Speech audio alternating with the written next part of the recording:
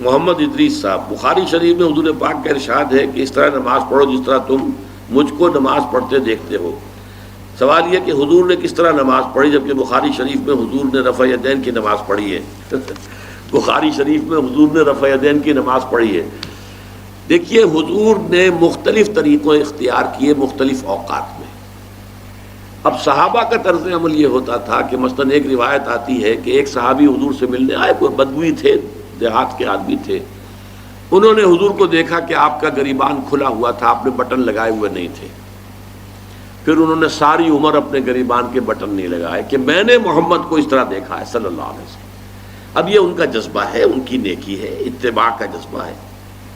یا ایک سفر میں کسی کو دیکھا، کسی نے دیکھا کہ حضور ایک درخت کے نیچے سے ہو کر گزرے، اب وہ جب بھی جاتے تھے ادھر اس کے نیچے سے ہو کر گزرتے تھے، چاہے اس کی کوئی مقصد نہیں، لیکن یہ بھی ایک اتباع کا جذبہ ہے۔ تو اس میں یہ ہے کہ نماز کی بعض چیزیں ایسی ہیں کہ جن میں معلوم ہوتا ہے کہ حضور کچھ اس میں رد و بدل کرتے رہے۔ کبھی آپ نے ہاتھ بالکل کھلے چھوڑ کر بھی نماز پڑھی ہے، کبھی آپ نے ہاتھ نیچے باندھے ہیں، کبھی اوپر باندھے ہیں۔ اسی طریقے سے رفع یدین کبھی ایسا بھی ہوا ہے کہ آپ نے وہ کی ہے جیسے کہ اہل حدیث حضرات کرتے ہیں، اور جیسے کہ یہ شیعہ کرتے ہیں وہ اس سے بھی زیادہ کرتے ہیں رفع یدین۔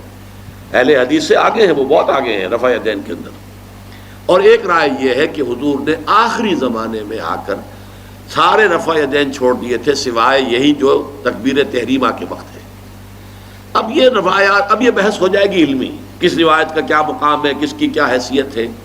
بخاری شریف میں جو روایت ہے وہ یہی ہے رفع یدین کی، جو آپ صحیح کہہ رہے ہیں، لیکن یہ کہ بخاری شریف واحد کتاب تو نہیں ہے اس حدیث کی، مصنف عبد الرزاق ایک کتاب ہے، اور اسی طریقے سے اور اس میں یہ کہ امام مالک کے پیروکار، حالانکہ امام مالک مدینے کے دارالہجرہ کے امام ہیں، وہ رفع یدین نہیں کرتے۔ امام شافعی کے کرتے ہیں، امام مالک کے نہیں کرتے، امام ابو حنیفہ کے نہیں کرتے۔ تو ان چیزوں میں بہت زیادہ پریشان ہونے کی ضرورت نہیں ہے۔ اصل جو معجزہ ہے حضور کا اور اسلام کا وہ یہ ہے کہ 1400 برس گزر گئے لیکن نماز کے ضمن میں اتنا اختلاف نہیں ہے کہ تمام مسلمان باجماعت نماز نہ پڑھ سکیں۔ دیکھیں، رفع یدین کرنے میں جماعت ٹوٹی نہیں، آپ نے کیا یا نہیں کیا، جماعت کی فارمیشن برقرار رہی۔ فرض کیجئے کوئی شخص یہ سمجھتا کہ پہلے سجدہ ہے پھر رکوع ہے، تو اب یہ دو آدمی ساتھ نماز نہیں پڑھ سکتے، جن میں سے ایک کے نزدیک پہلے رکوع ہے پھر سجدہ ہے، دوسرا یہ سمجھتا ہے کہ نہیں پہلے سجدہ ہے پھر رکوع ہے، نہیں ہو سکتی، ان کی جماعت اب جمع نہیں ہو سکتی۔ یا کسی کا یہ خیال ہو کہ جیسے ہر رکعت میں رکوع ہے کہ سجدہ بھی ایک ہے، وہ ایک سجدہ کر کے کھڑا ہو جائے۔ اب ظاہر بات ہے دوسرا شخص جس کے نزدیک دو سجدے ہیں وہ ایک اور سجدہ کرے گا، فارمیشن ٹوٹ گئی، اب وہ ساتھ نماز نہیں پڑھ سکتے۔ 1400 برس بیت گئے، مشرق بعید سے مغرب بعید، پوری دنیا، آج تو کوئی کونا ہے ہی نہیں جہاں مسلمان نہ ہو، لیکن جو سالڈ مسلمان جو ہیں وہ تو آپ سمجھیے کہ انڈونیشیا سے لے کر موریتانیہ تک تو مسلمانوں کی کتنی بڑی تعداد۔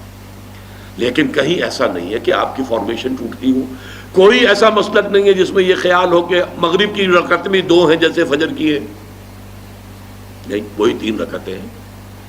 کوئی ایسا مسلک نہیں جس میں یہ معلوم ہو کہ فجر کی رکعتیں 3 ہیں 2 نہیں ہے، کوئی نہیں۔ عصر کی 2 ہیں یا 4 6 ہیں، کوئی نہیں۔ وہی رکعت کی ترتیب، پہلے کھڑے ہونا ہے، پھر رکوع ہے، پھر کھڑے ہونا ہے، پھر سجدے میں جانا ہے، پھر بیٹھنا ہے، پھر سجدہ، پھر کھڑے ہونا۔